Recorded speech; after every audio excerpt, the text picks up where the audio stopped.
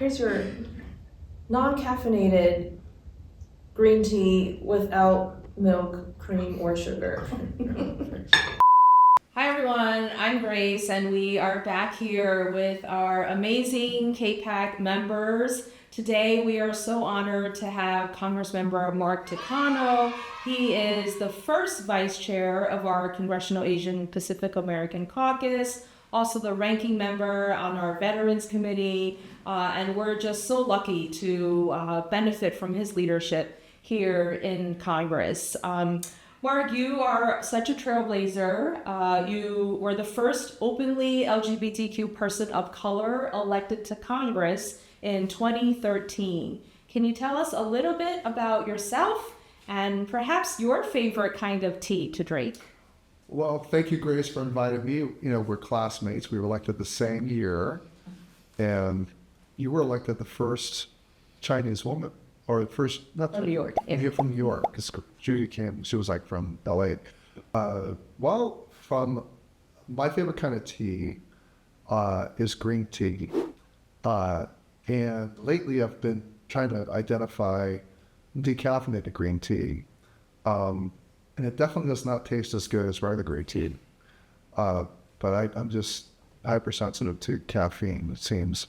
So, and I don't take any cream or sugar. I kind of find cream or sugar in green tea to be a very, very peculiar idea. But if you like it, I mean, I'm not judging you, but maybe I am. Maybe no matcha lattes for Mark. Oh, definitely not. Yes. I forgot that. That's true. I find that kind of weird. Just going into, going into Starbucks to sing latte and the matcha, that's just weird to me. Well, I'm curious, you often talk about your family's history as a driving force behind your decision to run for office. Many people know that your parents and grandparents were incarcerated during World War II. Yeah. While your great uncle fought and died for a country that had literally denied many Japanese Americans their basic rights. Yeah, I talked about one great uncle in particular who served in 442nd, because he actually died in combat just a few weeks before Victory Day in Europe for VE Day. Actually, I had 4 great uncles that served. Then my grandparents all were incarcerated. In fact, what I'm going to do this summer, Grace, I'm like, is to go visit the Vosges Mountains, which is in eastern France near the border of Germany, and retrace the battle movements of that uncle. And one of my cousins gave me one of the 2 Purple Hearts that uncle received. So, here's the thing. I think that, I had the honor of participating, I think almost during right after the pandemic, in a ceremony in Boston recognizing the Congressional Gold Medal for Chinese American veterans of World War II. Almost every other group that I know of has military service members. And what I think is very pointed about their service is that they serve, even as America doesn't fully appreciate the contribution of immigrants, but immigrants have, died and they've bled and they've toiled for our country. So I always think that their story is always very touching. Yeah, I mean, your family's story, you are such patriots. You're such an amazing family, full of service to this great country. And we are living in a time where this president thinks he can decide who is American enough. What does it mean to be an American, and how does it guide your work in office today? Well, I think what it means to be American is not rooted in blood or soil. Nor is in how many generations your family has been here. You can be an immigrant generation, struggle with English language, and still love what this country stands for. And I think Americanism to me has always been defined by the idea that we're all equal before the law, that we all love freedom, that freedom and equality go together, and they're founded on ideas. And, Vice President Vance, I couldn't believe what he said. He repudiated the idea that we are a nation that is founded upon an idea that it's not a language, it's not a religion, it's not a race. America is not based on that you have to be a certain race. America is based on the idea that we believe so strongly in freedom and equality for everyone that we're willing to die for it. And every generation does face a challenge about whether or not such a government's going to persist, or will it perish?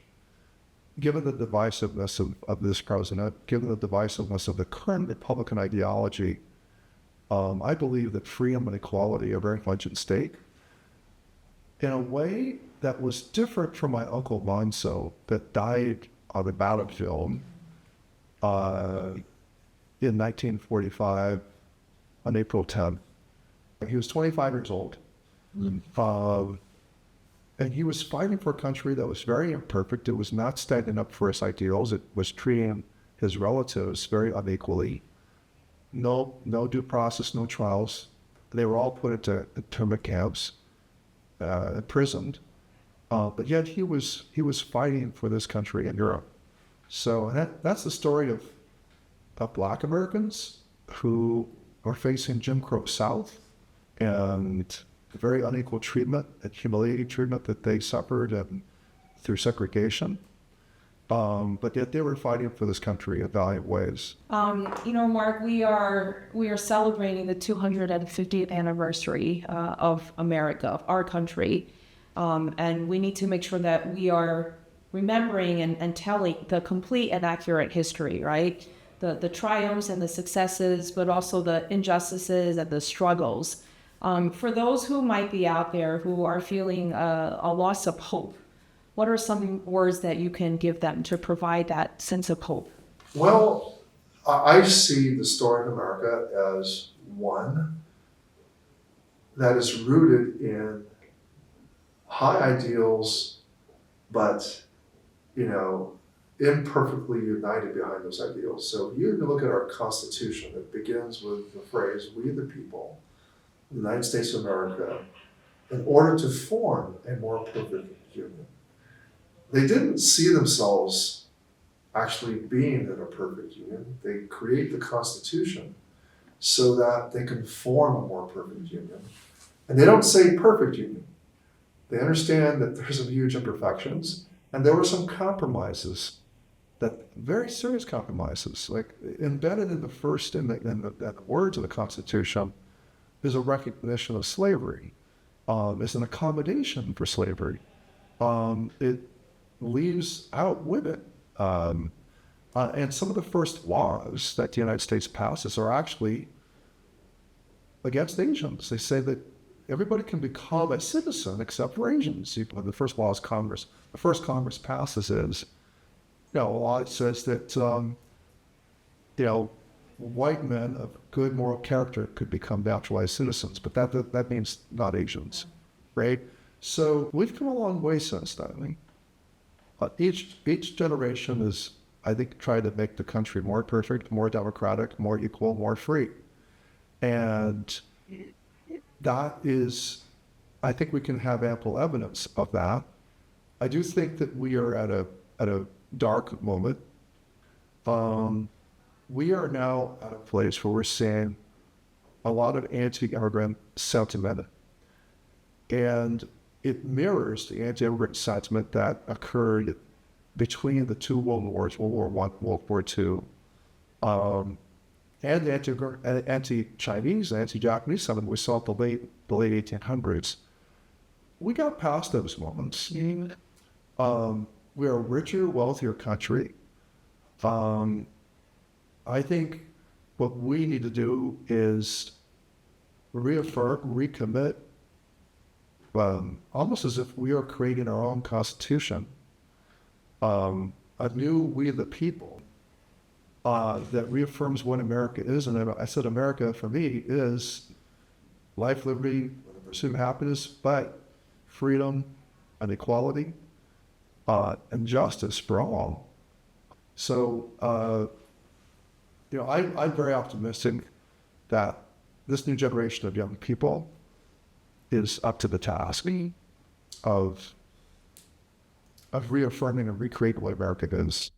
Absolutely. So happy birthday, America. We continue the fight and march on to a more perfect union. Yes, thank you. Oh, that's a good one. Like this, we can do this one.